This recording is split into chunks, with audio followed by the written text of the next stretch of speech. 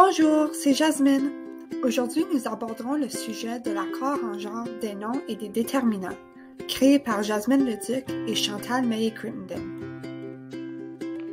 Puisque la diversité linguistique est de plus en plus valorisée dans les écoles de langue française, il n'est pas surprenant que certains élèves qui n'ont pas le français comme langue maternelle aient de la difficulté avec l'accord en genre des noms et des déterminants. Nous allons souvent entendre ces enfants dire « le table » au lieu de « la table » ou encore « ma manteau » au lieu de « mon manteau ». Pourquoi le genre grammatical est-il plus difficilement appris par les apprenants de la langue française que les élèves qui parlent le français comme langue maternelle? Bien, d'après Hurley en 2013, le concept du genre grammatical n'est pas familier pour les élèves dont la langue principale d'usage est l'anglais. Par exemple, à l'oral, pour les jeunes enfants, le genre n'est pas aussi important pour transmettre le sens. Par exemple, le maman mange une pomme transmet le même sens que la maman mange une pomme.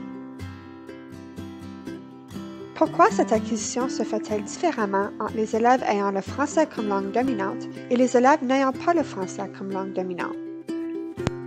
Donc, chez un élève franco-dominant, la fait déjà partie du syntagme la chaise, alors qu'un anglophone doit premièrement trouver le mot chaise dans son lexique mental et ensuite repérer le bon déterminant. Il est donc important d'aborder le genre grammatical car un manque de compétences à cet égard entraîne de nombreuses erreurs en français qui pourraient persister. Ces élèves ont donc besoin d'énormément d'appui concernant l'emploi approprié du genre grammatical. Comment faire?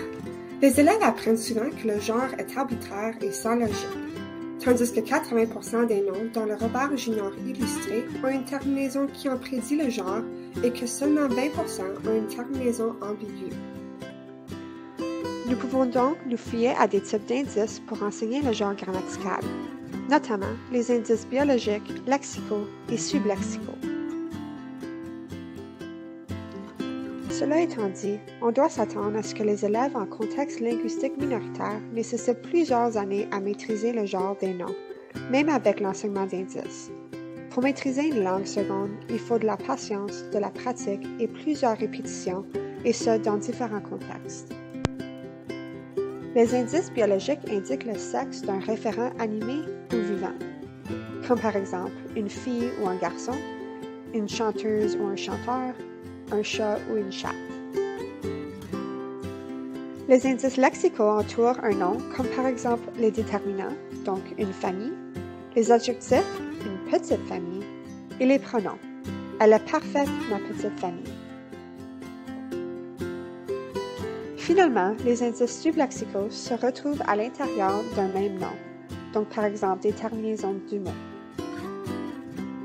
Prenez quelques moments pour prendre en note les terminaisons suivantes en arrêtant la capsule, les terminaisons typiquement féminines et fréquentes.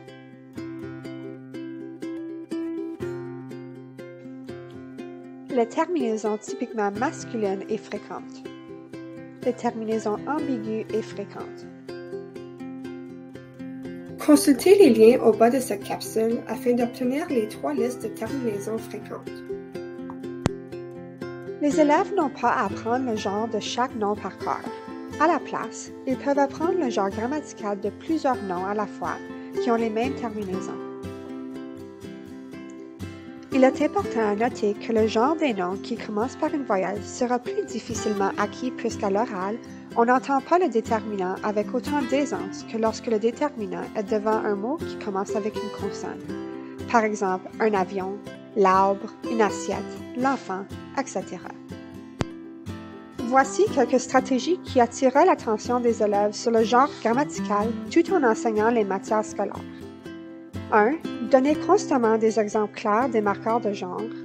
Inclure toujours les déterminants devant les noms dans tous les contextes possibles.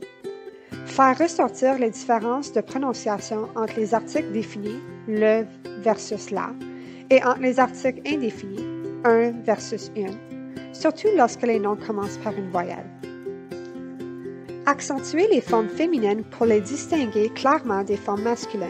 Par exemple, une belle bicyclette blanche versus un beau vélo blanc, ou même une vieille bâtisse française versus un vieux bâtiment français. Accentuer les pronoms compléments d'objets, comme indicateur de genre grammatical tout en les accompagnant d'une dislocation à gauche ou à droite. Par exemple, « Je te le rendrai demain, ton devoir » ou « Ta copie, je te la remettrai demain ». Comment appliquer ceci aux déterminants? Puisque les déterminants reçoivent leur genre et leur nombre du nom qui le suit, il est important que les élèves aient une bonne compréhension du genre grammatical afin de bien accorder le déterminant. Ceci prend du temps. On s'attend à ce que cet apprentissage se fasse pendant plusieurs années. L'important est de conscientiser les élèves sur le genre des noms et de les accompagner dans leur parcours, soit celui de l'acquisition du français. Comme enseignant, vous êtes les modèles pour vos élèves.